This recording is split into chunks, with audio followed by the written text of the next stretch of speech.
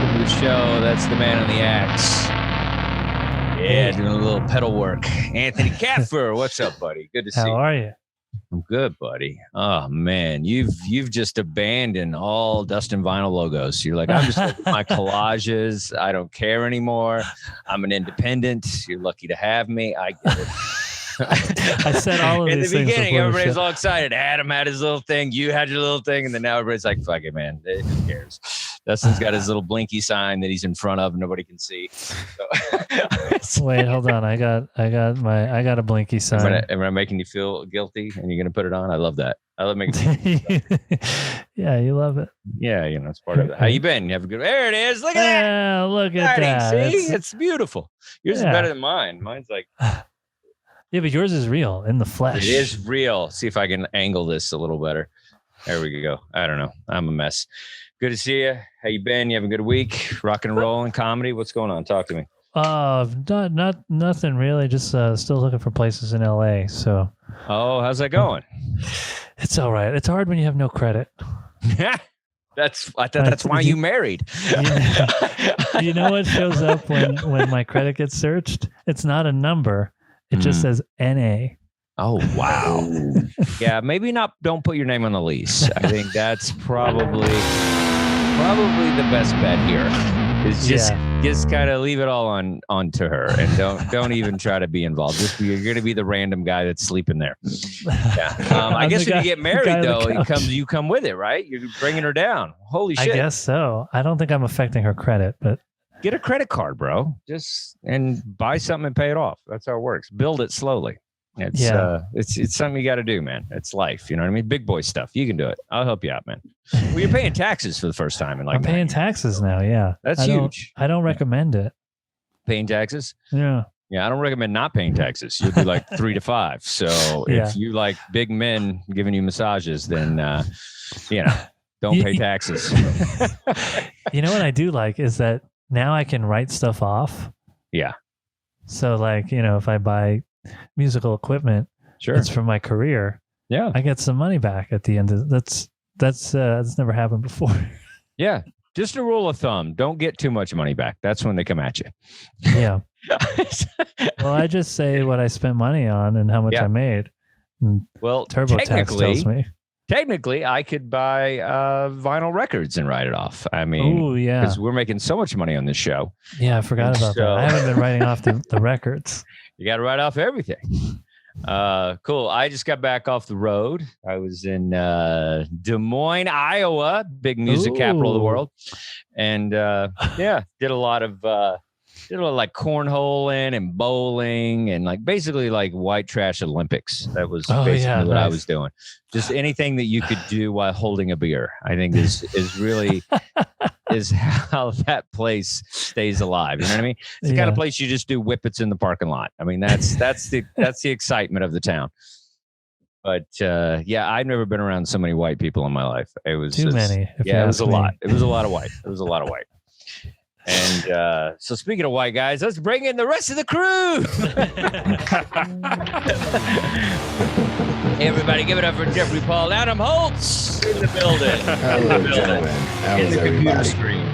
Good to see you, buddy. Hey. Yeah. Buddies with an S. So you guys having a good week? Rocking and rolling? Yeah. Anything vinyl-esque?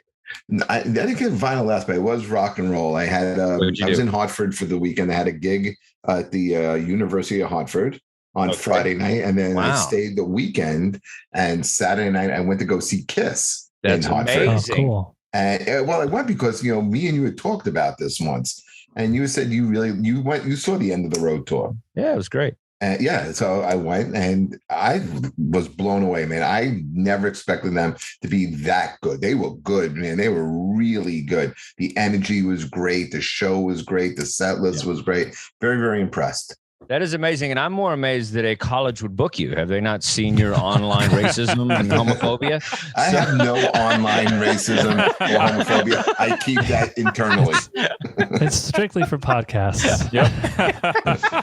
They're going to look you up one day and be like, whoa, hey. Yeah, the kids like it. So yeah. Do they? Yeah, I don't know. That's awesome. Yeah, Kiss is great. It's like they still got it, and they're smart because they bring in like ringers, for Ace Frehley and Peter Criss. Those two guys were amazing. I don't know if it's the same guys, but it's the same guy. Yeah, Eric Singer and Tommy Thayer. They've been in the band for over 20 years. Yeah, they're great, and they were just I mean, he sang Beth, and it sounded as good as And he sang Black Diamond. Yeah, I don't know that one. Is that another ballad? No. That's what they kind of end with when he's up on the riser, with the cat stuff. Oh, it's great. It's right before the end of the, right before the encores. Were they still like on zip lines and stuff? Because when I saw, I remember you saying that. I was like, oh man, he's not going to do it. And then he goes on the zip line, just Paul, and he goes to another stage and he does Love Gun and I Was Made for Loving You. Nice. Did Gene get on a zip line? No, he could barely move. He was on a zip line at the Garden like 3 years ago. Really? Yes, Gene. He was playing so much shit. I swear to you, he was playing bass to in the air to the left side of the arena. It was amazing. Wow. They both did it. That's pretty cool. Yeah. I mean, it's like he looked terrified, but he was doing it. He also did that when I saw them when I was in high school. Man, that's the thing. Everybody sees Kiss from, it's like even when they die, they'll probably just replace, Gene Simmons and Paul Stanley. Yeah. Keep it moving. That's they don't even have to do they don't even need holograms. They'll just put face paint on some other guys. It's really it's the most genius, thing ever, really, because you could just because it keeps the youth involved, Speaking of youth, what was great about it is that you had families there. You had little kids, you had teenagers, and people were dressed with the makeup and costumes. Yeah. It was just so much fun. It was such a great night out. Yeah. No, I was very excited to see Kiss when I saw them, and it was kind of a last minute deal.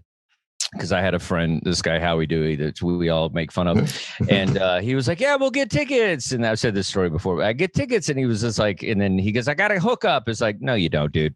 So of course, the last minute, there's no tickets, and then I just randomly got a phone call from the comic strip in New York City, and they were like, one guy that worked the door was like, "Hey, do you like Kiss?" And I was like, "What?" He goes, "I have one ticket. I can't get anybody that wants to go see Kiss." And I was like, "Dude," I was so disappointed I wasn't going, and so I totally went by myself. Phenomenal. And I got to see him. Yeah, after Howie blew it, I got to see him. Are you kidding? Yeah, that was not pre-planned or anything? No, it wasn't pre-planned. I'm not going to pre-plan some dude calling me and pretend that I'm excited. It's just a weird coincidence. Well, no, it's fate. I meant to see Kiss because I've said this story before. When I was a kid, my parents went through a religious phase. We had to burn our Kiss albums in a church parking lot. So my brothers got to see Kiss when my parents were out partying. And then when my parents got religious, I didn't get to see them. So it was very exciting to finally see them. And it was everything I wanted. It was great. Cool. Very cool. We got any random buys today? Adam, what'd you spend at the record store today? What'd you got? All right, so this past Friday was actually a great day for new releases. There was the new Florence and the Machine, the new Kendrick Lamar, the new album, the debut album from The Smile, which is Tom York and Johnny Greenwood's new project. Very cool. So I went there to try to pick that up.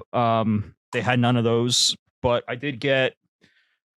So I got the best of Elvis Costello. Oh, there he is. Great album. And part of the reason I got it was for that up there, Crazy Eddie. That little sticker right there. Crazy Eddie. Did he go to prison? He did, right? He did. Yeah. Yeah. Or the the real Crazy Eddie, not the guy in the commercials. But okay. Oh, that was just an actor. Just an actor. Yeah. Funny. It'd be funny if they arrested him on accident. Right. I mean, that's what everybody. I didn't do anything. I just did a non-union commercial. What's happening? And then Stag is getting crazy. I got this. This is an oddball one. This is it kind of reminds me of the Time Life albums that came out, but this is called The All Nighter. Looks like a 80s Coke party on the cover. Oh my god, that's terrible. That is terrible. I love it. But it's 4 albums, and it's such an eclectic mix. I mean, on one album you have High on You, and then you have Tears of a Clown.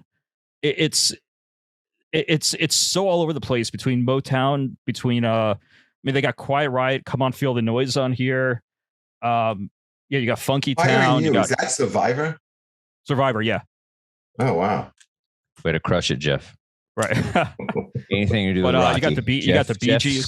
Jeff's gonna get it. That's not Rocky. No, but it's Survivor. It's it's in the ball. It's in the parking lot of Rocky. And yeah, that's right. They did 2 Rocky songs. Right. The reason they're successful is because of Rocky. But yeah, this is I thought this was an interesting one, and I picked it up. That is really cool. I like it. It's got some cool ones on it. I don't know what the story is behind it. There's not really much info on it, but it did remind me of those Time Life commercials. And then I got Pat Benatar, Precious Time. Oh, you sell out. You're just pandering to Jeff. You're pandering to Jeff, so he keeps you around. Hey, it was $5. I think I paid you to take it. Right, like here, dude. Here's $10. Can you take this? Yep. She's a Hall of Famer now, so.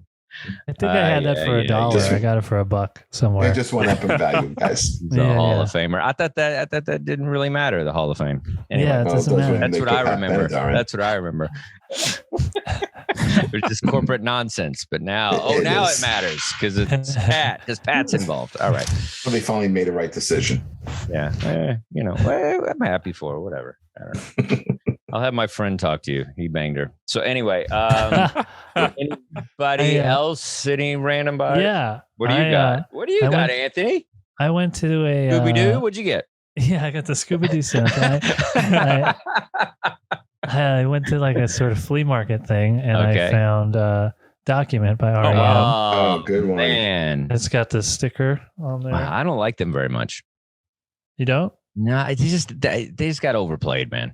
I think they're an exceptional band, but they got so overplayed. What big songs are on that one? This has It's the End of the World as we know it. It has The One I Love.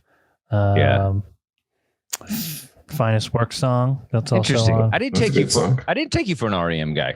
Oh yeah, I love REM. I thought they were a little too John Cougar-y for you. Oh, he's definitely an REM guy. No, but they were so popular. Well, I mean, U2 was cool at one point. I'm just saying it's like people get a little overplayed, you know? I think REM stayed cool. Think so? All right. I guess. Feel like I don't know. And they knew when to stop. Yeah. Sort of. They did stop a little early, didn't they? Yeah, well, the drummer got a brain tumor, so I kind of like put it. They kept going. You can always put a drummer in there. Come on. Yeah, you slap a drum machine on the album. But they were never the same, though. Really? Without a drummer? You think it was all about drums? I don't know. No, I think it was about cohesion. Dude, how many bands have switched? You just saw Kiss, dude. I mean, bands switch out. That's half a band. Kiss, they could switch out, but the Eagles couldn't do that. Zeppelin didn't do it after they lost John Bonham. Well, they just didn't do it. If they tried, they probably could. It's not the same. But they never tried. So that's a bad example because they never tried. They were just heartbroken. No, that's different. I guess they did play with Phil Collins. Who did? Zeppelin? Yeah. Was that Live Aid or whatever? They would play with his son, but then they would only play like one-offs, like special shows. I remember they did Atlantic Records 40th anniversary, and Jason sat in, but they never went on tour again. Yeah, that's a Band of Brothers heartbroken family thing. I think that's the same thing with REM. Okay, well, they did. Just saying, you could put a drummer in there who's exceptional and it would probably work, but it's not about the cohesion. Would happen if a guy's good. It's really all it is. And I mean, sometimes it is about that connection, and sometimes about a guy that can play his ass off. So, or a woman, whatever. But I think I don't know. They didn't try. Think about how many bands switched out musicians, and then it worked. Every band does that now. Exactly. That's what I'm saying. There's plenty of bands where you liked the later albums with the new guys. I mean, later Kiss was great with that Eric dude. What was his name? The drummer. That's a great little documentary. But Eric Singer or Eric Carr? No, Carr. Eric Carr. That's the original replacement. Right. But the original replacement. There's then they replaced the first him replacement. The first replacement. And then he passed away, and they got Eric Singer. Yeah, they like Eric's. Yeah. All right. I didn't buy anything this week, so I just pulled whatever it was. I just pulled random shit off my my shelves. We're going country with this stuff. I got a little Chris Christopherson. I don't know if I've covered this one before. I probably have, but this is a cool one. Jesus was a Capricorn. I don't know if you know I don't know if you listen to much Chris Christopherson, probably one of the greatest songwriters of our time. Like he's written, he wrote Bobby McGee, and like he was, did a lot of work with Waylon Jennings, Johnny Cash, and just a great, part of music. This guy, really good record. Just kind of that. Wasn't he one of the Highwaymen? What's up? Wasn't he one of the Highwaymen?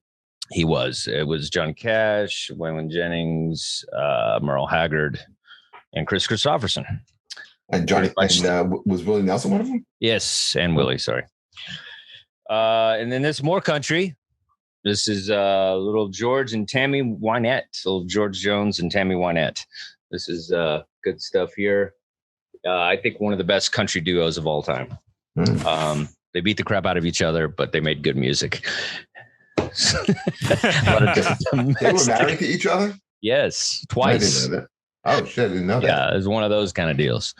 That's so weird when people get married again, and then you're just like, dude, come on, man, really? And then it doesn't work out the second time. It's just like, I mean, I really thought that second one. Yeah, I thought that was going to be the one. I thought this was going to be it. You're like, didn't take the first time, but yeah, I think I think the guy just comes back in to get his stuff, and then he's just well, come in like just puts his stuff in storage, and then see ya. All right, I think that's what that's about. Very cool. So last week we did love and hate, records that we love, records that move music, records that don't move music. That was kind of the theme last week. We started with hate, and we had a hard time getting off of it. We had so much dialogue with how much we hated the records we picked. This week we're gonna do love. We're gonna do love. We're kind of pass our love albums around. Music that just really touches us and we love and whatever. And then we'll do one bonus hate with Jeff at the end. So let's start with Adam. What is your pick for the love album, baby? All right. So my album is actually a guy who was nominated for the Rock and Roll Hall of Fame this year. Did not get picked in his first year. Well, it's corporate nonsense. So anyway, right. But one of my all-time favorite albums, probably my top 10. It's I'm actually wearing the shirt of the artist here. Oh, Becky Beck. Oh, Beck. Yeah, Beck Odelay. Oh yeah, 96. And I love it. Yeah, and this this album, I first listened to this in I think it was my summer of right after freshman year of college is when it came out. And this CD was in my car. I was just listening to it nonstop. It was something completely different at the time. I felt it was so inventive. It was it was very inspiring. I think it held so many possibilities. I mean, prior to Odelay, Beck kind of had this kind of slacker tag attached to him. And today I just went back and listened to Mellow Gold after listening to Odelay over and over, and it has it's very raw, it's very kind of freak folk, and you could tell. I mean, freak other than folk, I love that freak folk, yeah, and there's a bit of there's some Kurt Cobain in it a little bit, and it's just such a completely different album. Odelay changes it. I mean, he hooks up with the Dust Brothers to produce. He goes more into the hip hop direction, and everything is more polished. Everything just comes together. His kind of like nonsensical lyrics take on a completely different meaning. The album just feels genreless. There's a bit of the 60s, 70s, and 80s in there. 80s hip hop. You have a lot of country in there. You have some noise rock, like in songs like Minus, which sounds just like a kind of a Sonic Youth song. You have bossa nova. You have such like an eclectic mix. It's almost like a flea market. It's like very ramshackle, the whole thing. And I just think it's it's a brilliant album. Every time I think of it, I always think of this is the definition of alternative music. This album. And I mean, it's like, stuff like Where It's At. Two turntables and a microphone. Yeah. It's just like almost like a trip hop kind of masterpiece. Devil's Haircut. It's so strange to think that Devil's Haircut New Pollution, Where It's At were all mainstream hits that mainstream radio would play those songs, and each song sounds so completely different. But you have at the same time, this is kind of a blueprint for Beck and where Beck would go. Songs on here, like a song like Jackass sounds like a song that would have been on Sea Change. You had what was the song here? Novocaine could have been on Novocaine or High Five Rock the Catskills could have been on Midnight Vultures. But overall, I mean, this was especially one of my favorite albums of the 90s, an album that just feels absolutely timeless today. And I think I kind of go back and forth whether this is Beck's best album. I mean, this is the album that really got me into Beck, but I'd probably go between this or Midnight Vultures as my favorite of his. Incredible album. Is that the one with Perdedor on it? Is that Yo soy un perdedor? That's Mellow Gold. Oh, Mellow Gold. Okay, that's a good one too. Yeah. I think when Beck came out, it was like, it was so refreshing. It was somebody, we've never really, it's like, it was kind of Bowie. It was I like the folk freak thing. Like, it was a little bit of everything. And he was definitely somebody that was pushing it and just doing something different. We really hadn't heard that stuff. Yeah. Especially with a lot of the grunge stuff sounded similar, whereas like this really didn't sound like anything. Yeah, and I think there was a playfulness in it that wasn't there. We were just coming off of grunge and post grunge, and I think this really was something that was, like you said, something that was refreshing. Yeah. It is, and I mean, he was able to make sampling work. Sampling, especially with his rock and folk and his combination, and it really helped that he had the Dust Brothers there as producers, and they were coming off of working with the Beastie Boys, working with Young MC. I mean, they had done Paul's Boutique, which a lot of people compare this to. Yeah, masterpiece. Yeah, no, he's great. How do you feel about Beck, Jeff? I could never tell. Kind of indifferent towards Beck. I can take him or leave him. I like songs with like hooks and guitars and stuff. He's got that. He's got all that. We don't really deliver that. Hooks and guitars? Are you kidding me? Not really. Yes, he does. No. Adam, does he have hook and guitars? Yeah. I would say. I'm trying to say like. I mean, like the songs that you mentioned on there. Where It's At, I kind of liked. I did like Devil's Haircut.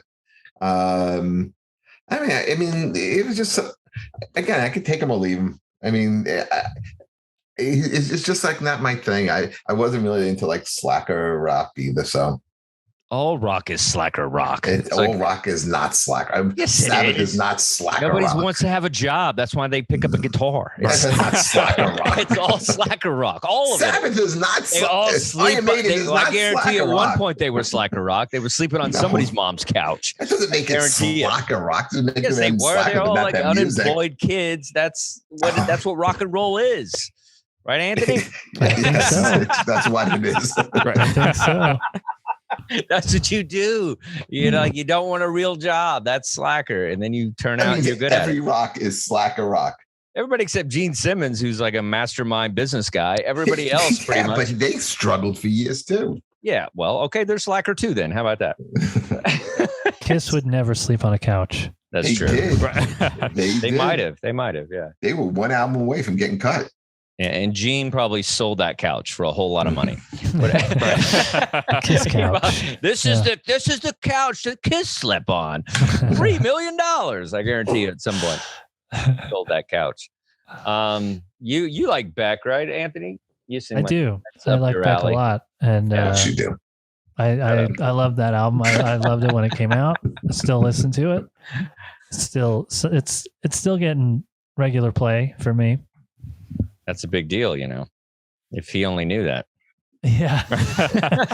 I'll tweet at him. Kapfer, he's still spinning your disc, bro. So, if you're having a bad day, just know that. I also, Odelay and Midnight Vultures are also my two favorite, just like Adam's. Yeah, it's a good album. It was, exciting music in the 90s. And I mean, what are the odds of Adam pulling something from the 90s? But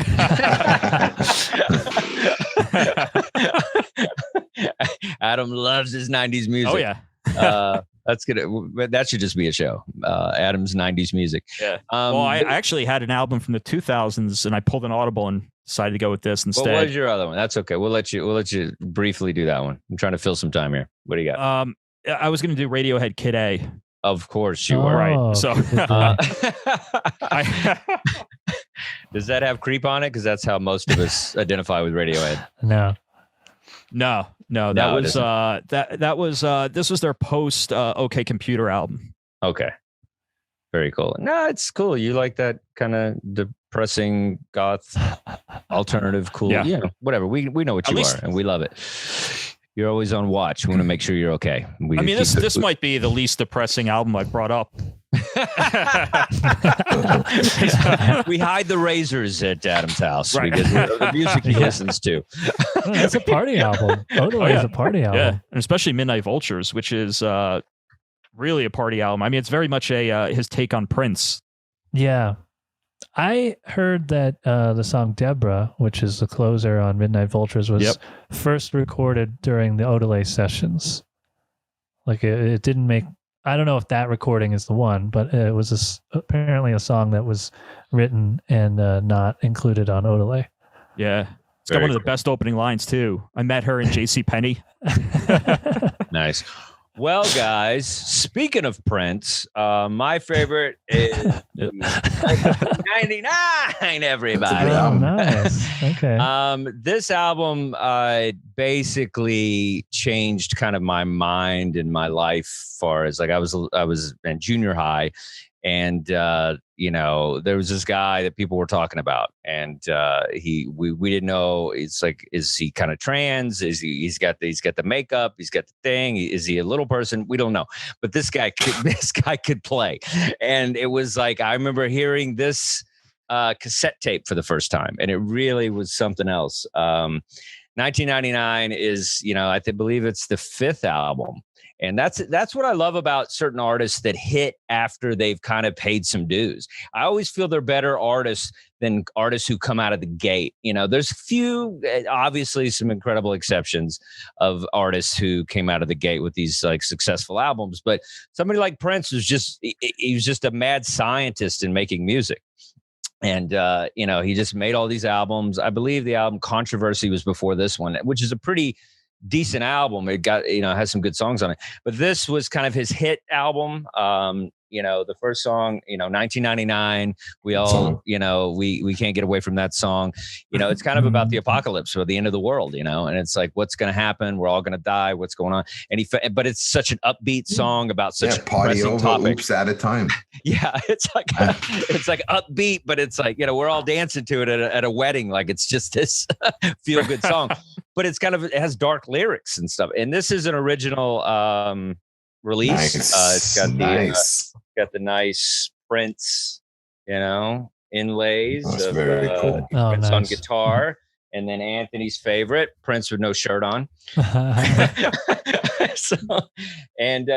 Distance, it looks like Anthony with no shirt on. Anthony looks pretty good with no shirt on. I want you to know he's got some abs. It's from not eating, but he's still got them. And, this album is amazing. It's Little Red Corvette. I remember that song. That song, I didn't realize it was about sex. And then you're just like, because I was my brain, I was young, but I was trying to figure things out. And then it was like, oh, pocket full of Trojans. I know what that is. And so like little things started clicking. Because I think a lot of our sexuality, at least for my generation, it was introduced through Prince. We were like, he made sex like this interesting, wild thing, as opposed to something that was bad. Like he embraced it, and he was like this guy that had songs that really kind of talked about it and banging chicks and having fun and enjoying your sexuality. And so I love, and Delirious, I think is a great song. You know, all this is good. Side 2. This is a double album, so it's got like, you know, 4 sides to it. And it's funny because the side 1 is just like 3 songs, and so, but they're all kind of, you know, longer songs, so get away with it. But I love this album. I feel like, you know, this is the first time that the Revolution was a band with him, and so, you know, I feel like that this is the first time they played all together. They're, you know, they had like pieces of the Revolution was coming together on certain albums, but the entire band, which we know as the Revolution, who I saw in Manhattan about 2 years ago, I saw the Revolution play, and they had like a guy that kind of filled in for Prince, and he was phenomenal. But if you ever get a chance, the Revolution as a band they're still touring, and they're fantastic. They're so good to watch. But yeah, I love this album. I think it just, you know, it's Prince becoming the genius, and you know, it's right before Purple Rain. And this is the album that when they were writing Purple Rain and the producing it and whatever, this is the only thing that one of the producers that had to go off of. And so, you know, then they wrote those songs, Purple Rain and all that stuff. But Lady Cab Driver is great. International Lover. This is a great album. Big part of my childhood. And Jeff, what do you think about this album? It's the album that brought me into Prince. It really got me into Prince. You mentioned Little Red Corvette. I mean, I think I'm trying to think if there's a song I like better by Prince. So I mean, I love it. Opening is so good. I mean, it's great. The video of it was great. That little aside dance thing that he does so casually, which is just so smooth and cool. I thought the song 1999 was great. The lyric, all 3 different songs, they're all great. Those are all that really hooked me into Prince, and I was a fan ever since. But definitely, it's a great album, and I still think that single is still holds up and is great. I mean, Prince, this album it's one of the few albums that I like that uses a lot of heavy synthesizers and stuff, and like, you know, sound effects and different things. And, you know, it's like they did just enough, you know what I mean? Because there was so much of that synth sound that was happening in the 80s that I don't like. And I feel like with this, and then obviously with Prince on guitar is, you know, going to just blow everything the way it should be. But I feel like, you know, it's instead of just relying heavy on the synth, they did just enough. And like, I don't know, the beginning of Little Red Corvette is great. It's like, it's like this kind of like moody build. Yeah, it's very moody. Sexy. There was a question I wanted to ask. If someone was trying to look up, and I was trying to remember, do you remember the guy in the video? He was always referred to as the guy with the Chinese headband. The Japanese talking about. Yeah. He was there. I saw him. He was he's still what is his name? Is that Des Dickerson? It could be. And on another show they did, we had a guy who played bass in The Time, and he referred to that guy. And he said that guy was also a genius and great and just such a phenomenal musician. But I can't remember his name offhand. I thought it was Des Dickerson. I could be wrong. We'll go with DD. Anthony. You know, I don't know if I ever listened to this album all the way through. It's really good. I like the you know, the known songs from it. 1999. What's the other one? Little Red Corvette. So I know those at least. Yeah, well, we were together in my living room when Prince died. Remember that? Yeah, I know. I know. It was a big deal. It was shocking. It was almost like how it felt when I heard about Bowie. Mm-hmm. Yeah, it was very traumatic. I was like, you just don't expect it. Well, you just feel music, you know, it's like the day the music died kind of thing, you know, it's like when certain people go, it's like, you're never going to have that again. And I never got to see him live, which sucks. Yeah. Yeah. But very cool. Adam. Well, you know, I was actually in Vegas when Bowie died, in Vegas when Prince died, and in Vegas when Chris Cornell died. Oh my gosh. Yeah. Did you do tribute karaoke? Because I know how you are. So drunken Adam karaoke is one of the greatest things of all time. There's plenty of it. Yeah, very cool. So just like Anthony, I'm not sure if I've listened to 99 all the way through. You know, so with Prince, I didn't really get into Prince until around like the 2000s. I think in the 80s, I was a little bit too young for Prince. I was listening more to Michael Jackson, whereas, I didn't have, I'm the oldest of my brothers, so I didn't have an older sibling who would have been listening. It seemed like a lot of my friends who listened to Prince had older siblings that were listening to Prince. But I got into him in the 2000s. I got to see him in concert. I thought it was mind blowing seeing him live. I saw the Revolution live also in Manhattan. I think it was at Webster Hall. Okay. I thought they put on a great show too. Yeah, they were so good. I saw them at Sony Theater or something. I forget what it was. That's a good theater too, and that both small places. Yeah. But very cool. Yeah. All right. Who did you just? I'm still getting old. Who did their who did their favorite album? Did we already do one favorite album, or did I open it up? Oh, you did. You did. Yeah, That's right. Yeah. Okay. Anthony, what do you got? All right. So this getting is old. an album. It's getting old. This is it's a reissue, but boo! I'm kidding. But this is Surfer Rosa by the Pixies. Nice. All right, let's cover it up. What is that price tag? How much? No, there's the price tag is on it, but there's some nudity. Oh yeah, I had that poster in my dorm room. Oh yeah, with the hot girl. Yeah, I had that. It was in my dorm room. Yeah, I got in trouble. Yeah. But yeah, if we're talking about albums that we love that kind of changed music for the better or whatever, I think that was a pretty influential album. I mean, it's a great album on its own, but then it also influenced what are big like songs on there that you like? It's got Where's My Mind on that one.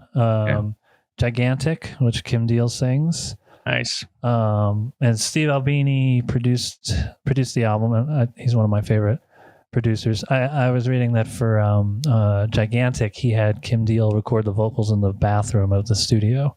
Oh wow! Because he liked the acoustics better. So, but yeah, they didn't invent the quiet, loud dynamic, but their take on it was it definitely influenced like everything in the 90s. So this is 1988. So by 91, everyone was trying to sound like the Pixies. Yeah, they're great. I've shared this before, but we're repetitive on the show. But yeah, that concert, I saw the Pixies at the Roxy, and it was such an amazing concert. I still think about how amazing it was. And my father, he asked me what I wanted to do, and I said, let's go to the Pixies. And like he was in the top balcony drinking Crowns, and I was moshing with the Pixie crowd downstairs, and he's like, boy, you all right? That's crazy down there. I'm gonna stay up here, I'll get hurt. So funny. But yeah, they're such a good band, man. It's like I think they're one of those bands that you just something about music if you mention the Pixies. I know Jeff's going to disagree, but I feel like they're one of those bands that the connoisseurs of rock, if you will, are going to basically are always going to talk about the Pixies. Jeff, tell us. I know what it's going to be. What do you got? I'm not a big Pixies fan. I was going to go see them too, and I think I don't know if I might change your mind if you saw them live. Yeah, well, that's why I was going. Plus, they were opening for Weezer. Okay, and holy crap! Yeah, I missed that. But they definitely inspired Weezer for sure. Yeah, I mean, again, they're just a band that, when they came out, the stuff that I was into was harder. I was more into industrial. I wasn't taking their Ministry sound. I was listening to, I think at that time, like 9 Inch Nails and Sisters of Conformity, and I was listening to all that stuff. But you like John Mellencamp? I don't understand. I love John Mellencamp, but Mellencamp, I like. He was an 80s guy. Yeah. If you really give them a chance, that's what I wonder. Because sometimes I wonder, like a lot of times I won't like a band, and it's like, did I really give them a chance? You know what I mean? Like, have you really given the Pixies a chance? Like, how many songs would you say you've actually really heard? What I've heard, I've actually thought they were okay. But I'm not. I mean, what was that song? There Goes My Girl or something? Here Comes Your Man. Here Comes Your Man. Hey, that was a song I liked. It's a popular song. Yeah, it was kind of one of their bigger hits. But yeah. But yeah. Doolittle's a good album. Yeah, Doolittle's great. That's good. I get it, but I respect it. I sort of. Adam, I tell you're a big Pixie fan. Yeah, I actually. I did see them on the Weezer tour, opening for Weezer at you did MSG. See it? Yeah. How was it? I mean, I thought they were great, but this is also I think this was 2018, right around there, 2017, 2018. So Kim Deal wasn't 2019. 2019, yeah. Kim Deal wasn't in the band anymore, but I did see them around the reunion 2004. I've seen them a bunch of times. I saw them on the Doolittle tour when they were doing the Doolittle anniversary tour, which was just, especially seeing them at the Wellmont in Montclair, absolutely incredible in such a small place. I prefer Doolittle to Surfer Rosa, but Surfer Rosa's got some great songs. Bone Machine, Gigantic, Where's My Mind, Cactus. And if you want a really good cover of Cactus, check out Bowie's cover of it on Heathen. It's a really good one. Oh, so Bowie covered Pixies? Yep. How do you feel about that, Jeff? I mean, that tells you something. You think Bowie's just going to cover just anybody? Yes, he covered the doors. He did do Knock on Wood. He did Alabama, which is a disco song. Yeah, awfully. I love that song. I love his cover of Knock on Wood. I get it. They're not for everyone. They're good though. All right, Jeff. We got to get a whole lot of Jeff here in a minute. So Jeff, do your love and then do your hate. Okay, so I took this as music and albums that kind of changed music and pushed music forward. So I kind of go immediately, what's the first thing that pops into my head when that's the assignment? And I think the first album that popped into my head was what changed music and moving forward. For me, it was Pink Floyd's Dark Side of the Moon, 1973, an album that they originally wanted to call Eclipse. But another band called Medicine Head had just released an album also called Dark Side of the Moon. So, actually, they released it called Eclipse, right? So they stuck with Dark Side of the Moon. This is a concept album, super polished, produced by Alan Parsons, very progressive, influenced bands like Radiohead and all the stuff that you guys like. Commercially, sick album. Sold over 45 million albums worldwide. Had the record for Billboard charts, over 937 weeks on the Billboard Top 200. This album, though, musically takes the band from being like a Syd Barrett experimental band to really a Roger Waters, David Gilmour, top tier rock act. Every song is really written by Roger Waters. When they say who is Pink, it's Roger Waters.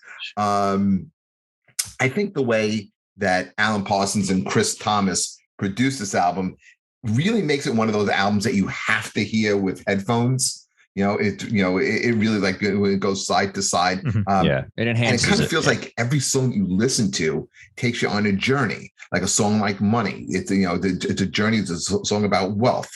Great Gig in the Sky is about death. Brain Damage, Going Crazy. It's a homage to Syd Barrett. And then a song like Time is about wasting your existence. There's such deep songs. And the crazy thing about this album is not only how technically good it is, not how great the songs are written, that they wrote them when they were in their 20s. I mean, just the brilliance of Roger Waters and good songs David in his late Gilmour. 30s. It's just so impressive. This is an impressive album, and I think it's probably the best produced album of all time. Like, it's the way they intertwine with the sound effects and the chorus and different the stuff. It's really good. I remember I first heard it. I had a friend who was his brother was a pothead, and he was just like, you gotta listen to this. I didn't know what it was, and I put on the headphones, and I remember it just like being this amazing experience for me. But I own it. It's a original release. It's like an early print, so it's like probably my pride possession other than the Beatles. That's a great. I had to have it. I was like, I gotta spend the money to have this album and have it on vinyl. To me, it's the top 5 vinyl albums to have. Like, you 100%. If you're gonna be a vinyl collector, Dark Side of the Moon has to be in your collection, whether it's reissue or not. It doesn't matter, but it needs to. You need to own it. It's such a great album. All right, I'll order it. You should. I'll tell you though, you said you thought it was one of the best album ever produced. I was on the fence with picking Pet Sounds. I just thought this was a deeper album. Yeah, I mean, it's not like which is better. It's like which kind of moved you more. I feel is like what I wanted from this. Like you love it. It moved music forward, but at the same time, you love it. So I think they both did equally. Yeah, it's just about. It seems like you're more of a Pink Floyd guy in your soul, probably than Beach Boys or whatever. Love them both, man. Yeah. Brian Wilson is in my top 5 songwriters of all time. I don't like a lot of Beach Boys. Mm-hmm. I think Pet Sounds is great. I can't do a lot of the Surfing USA kind of stuff. It's just not. It's not really something I enjoy listening to. It reminds me. It feels so dated to me. Like whereas Pink Floyd doesn't feel dated at all. Like it could be a band that just came out today. That's how advanced that they were. Whereas I feel like the Beach Boys, even though it was a lot of kind of what was happening in that era. Whereas I feel, Pink Floyd is timeless. It really is. I mean, even if you watch The Wall and you listen to The Wall and what it's like, all that just it doesn't feel like it's of a certain time. It's just like this amazing music that moves you. Adam, how do you feel? So I first heard Dark Side in, I think it was my freshman year of college. And instantly I was hooked. I went out, I bought every Pink Floyd album I could buy. I one of my biggest regrets is they were touring Pulse at the time and I missed it. I figured, hey, Pink Floyd's going to come back around. And that was it. I mean, I've seen Waters do Dark Side of the Moon. I've seen him do him on the In the Flesh tour. Very jealous. Do The Wall also. And I mean, seeing him do Dark Side of the Moon, one of the greatest concerts I've ever been to. It's definitely in my top 5 albums of all time. I think I put it number 3, and it is the epitome of a headphone album. I mean, it's you put that album on, you have to listen to it front to back. There's no skipping around on it. Yeah. But also it's an album too that I went and got the sheet music and started playing that on the piano. One of my all-time favorite albums. And just like you guys said, it's timeless. Yeah, it's just so cool. Anthony, how you feel about this album? It's I like it. It's my favorite. It's my favorite Pink Floyd album. First, I remember reading about it when I was like 11 in like Hit Parader magazine or Hit Parader. Nice. And it was I read that that the album matches up with the Wizard of Oz. Yeah, so, that's the big pothead thing. Yeah. So I was like 11, so I asked my mom to buy the CD so that we could do it at home. Did it work? No. Well, some parts seemed like it did, but so I knew you had to play it twice. So I had my CD boombox thing, and I programmed the song so it would play twice, but it would put little gaps in between tracks. That's so funny. So I think definitely by the time it was repeating at the end of the movie, it was like seconds off from what I'm going to try it. I've never done it. I've always wanted to. That's one of those things. Yeah. I don't know if I ever did it proper. They unfortunately kind of became this kind of weed band for that particular album, I guess, became this like weed album. But I've always thought that was so funny. Yeah, it really is. It's a great album. And the cover, the artwork, everything is perfect. Like it's just, it's just great. And Money, I love that song. And I love it. And their use of sound effects. I feel the only other band that really did that as well, like the Doors did a good job with that. Like there's certain bands that like added a little nuance with it and it worked and it wasn't too much. Like because I hadn't heard anything like that until Pink Floyd's Dark Side of the Moon. Very cool. Surprisingly, it's not my favorite Pink Floyd album. It's Wish You Were Here is my favorite album. Which is a great album. Yeah. I want to explore more albums. I mean, what do they have? Like 10 albums or something? They seem to have quite a few albums, right? Well, I'm not really a big fan of the early stuff. I wasn't a fan of metal or Amagama. I don't like that experimental. The later stuff's pretty cool, though, right? The later stuff is good. Like Momentary Lapse of Reason is still a great album. What's the one with the two heads? The two like Division Bell. Yeah. Okay, that's a good one. That's a great album. Yeah, I don't love The Wall. It's so played out, but if you really do listen to it, it's still a great album. Anthony, if you don't like The Wall, you can't have your pudding. right, Jeff, hit us. What do you got? What do you? This was tough because there's so many albums that disappointed me.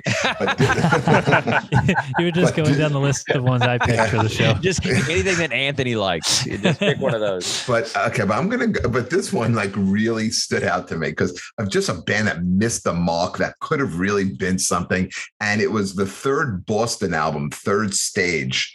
The reason why I say it is because they come out with maybe one of the best debut albums of all time. Every song on it is on the radio. Everything is a hit. They have one of the best lead singers, great guitars, really tight band. And they followed up with Don't Look Back. And then they take 8 years off to produce this shit. And what was bad about it is like by the time they came back, nobody gave a shit about Boston anymore. They had released Don't Look Back in the 70s. It's now the 80s. Music has changed. The sound has changed. There are synthesizers, there's MIDI, and they use none of that on this album. So it has the sound of a 70s album in the 80s.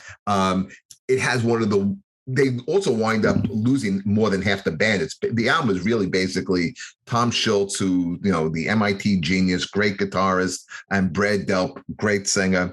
And they used a drum machine for most of it. And they brought in a session drummer to play on some of the tracks. I hate the single, although it was their highest charting single, Amanda. I thought it was such like just a mushy, terrible, like ballady love song. I hated that song. Cool the Engines. We're Ready. I don't know. I wasn't a fan of this album at all. So I when you talk about music, and records that set back a band, I thought this really set them back. This should have been released so much earlier. They kind of like, they kept wanting to release it. And then something would happen. The studio would flood. There was always something. Like it was just like it was cursed, and it was meant not to be. And then because they're on MCA and they have to pay, they have to live up to the contract, they released this. And I didn't think this was a good album at all. Really, I think this is their best album. I think this album. Yes, I do. I think this album is better than their first two albums. I really do. No. I think Amanda is their best song. I think it's amazing. I love Amanda. How do you not like Amanda? Amanda. Hate it. It's a bathroom song in a concert. It's just so much better than all that other stuff they were doing before. I feel like they found their sound with this album. I feel like it was. Oh man, I think their first album is so strong. Anthony? What do you think? I love it too. It's the first one I heard. So you guys are killing me. I think this is a conspiracy. I think you guys got together and said, no matter what the fuck he picks, we're gonna love this piece of shit. We would never do that to you. You guys have such good palates. This is what you're gonna say is a great album. It's a great album. It's like even Adam, every song, front to back. Every song is great. Holly Ann is such a good song. Amanda. Yeah. I told everybody to say we loved it, no matter what you picked. Yeah, I never heard this album before in my life. Neither have I. I go, no matter what Jeff picks, just say we loved it. Yeah. You were on pretty quick. Dustin, you played it off better than Anthony. Yeah, Anthony. I mean, Anthony's not going to listen to Boston. That's not. No, Anthony's not listening to Boston. Yeah. I had the other one with More Than a Feeling. That was Boston. That's the first one. I had that one. I don't know if I got it for free or if it was $1, but I recognized the one song and I was like, all right, why not? I was like 19. I was like, I need a record collection. So this one's $1. Yeah. I love it. Well, to be honest, to go back, I did have this cassette. I think it came out when I was in high school and stuff. And I feel like, I didn't really listen to Boston much. And then this song was a big hit, Amanda. And so it was like, it was like, I think they did okay far as like, it was a hit, it's like, I think this album did pretty well. So I think there was a lot of radio play with this album, and I feel like obviously you go back, the music's better. And I still love the idea that nobody knows what Boston looks like. And I always thought that was cool, where you just, What, you don't know what they look like? No, but it's like every album cover. It's like Molly Hatchet or something. It was always you didn't know what they look like. Spaceships or whatever. Yeah, it's like Tool. Like you don't, I was hanging out with the guy from Tool. I had no idea because I didn't know what he looked like. Oh, Maynard? You didn't know? Yeah, I was hanging out with him. I had no idea because I was just always like, he's just some dude. He's just some dude. I was like, this guy, But but I did like this. I did like this album. I'm not gonna lie. I mean, I'm not saying it's the best one, obviously, but I did crank up Amanda 1,000 times on my little Suzuki Samurai with my cassette tape of this album. And driving and crying. I loved it. I thought this was Amanda was, I don't know. That song was always on the radio. What was it? There was another good song on here. Was it Cool the Engines was the other big hit. Cool the Engines. Yeah, that was it. We're Ready, I think was on. Is that doesn't sound like a good song. Yeah.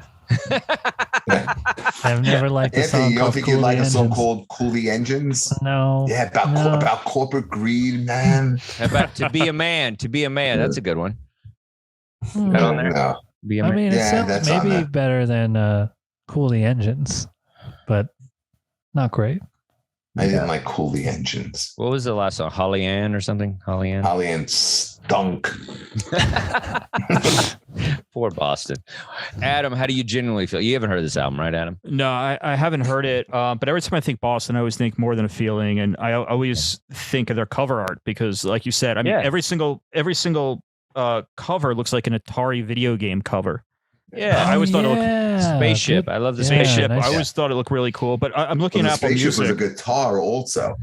Yeah. I just saw some kind of meme that pointed that out. I never realized. Well, ELO was very similar with their album cover. Yes. I felt like you just, very similar thing they had going on, But that was the thing. The 70s is all about the music, It's like nobody, it was about artwork and the music. Like, no, it wasn't about what they look like because there's no MTV, Oh, yeah. I feel like the band Asia was like that, too. Yeah. I got that for $1. Similar artwork. But they were the first super a lot of those bands. Yeah. Toto and Asia. Yeah. I think I kind of like that. I like the idea of I think we should, I'm going to go under like a fake name and just like be a comedian and you don't know what I look like. You just see the album art. Like the unknown comic, but just release an album of just like, artwork. Oh yeah, and you could do that now, just putting Instagram reels where you use a filter to hide your face instead of text me later, Anthony. We're gonna do it. We got a project. We got a project. Yeah. But you hadn't heard of Amanda, Adam? You hadn't heard that song, Amanda? I know I've heard it. I just can't place it right now. Solid song. I feel like it's one that might be a guilty pleasure song. Yeah, it's all guilty pleasure. Yeah. I mean, More Than a Feeling is kind of like feel goody. That's a great song, but it's also like, I don't expect much from Boston. Yeah. I mean, looking at Apple Music right now, their top songs are pretty much every song off their first album. And then at the very last thing is Amanda. Yeah. See, but it was their only number one. Was Amanda? Yeah. That's what I'm saying. It's like, Just because the public liked it doesn't make it good. And you like that's what we've been trying to tell you about Pat Benatar. In that case, I don't know how you guys don't like Pat Benatar. I like her. I'm sorry, she's Pat really good. Anthony likes her more than me. Yeah. I saw her live. He saw her live, dude. He caught her panties on purpose. He threw panties out and he caught them. All right, guys. This was fun. There was we got some love, a little bit of hate at the end. That was so funny. You were Jeff was so on to us. He's like, nah. I know. I thought I did a good job. I tried to have a reason. Pretty good up top, but then Anthony, and I don't think Adam could lie if he had to. His life depended on it. So he was just staying out of it. Oh, you're waiting? Oh, I was all set. Yeah. Oh, were you set, ready to go? Yeah, I should have called on you. Yeah. Jeff was too good at calling me out, so I was just like, all right. Well, that's been our show, everybody. Thanks for listening and watching Dustin's Vinyl. Please hit our YouTube page. We could use the likes and the support. And go out and buy vinyl records and introduce yourself to some good music. All right, everybody. Play us out, Anthony.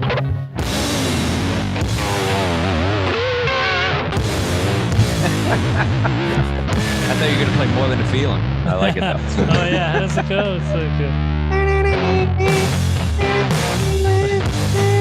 It's just just smells. You almost had it. Play Amanda. That's their best song. I'm in drop D tuning. That's their best song. Amanda. All right, everybody. I'm imagining it's sort of like a.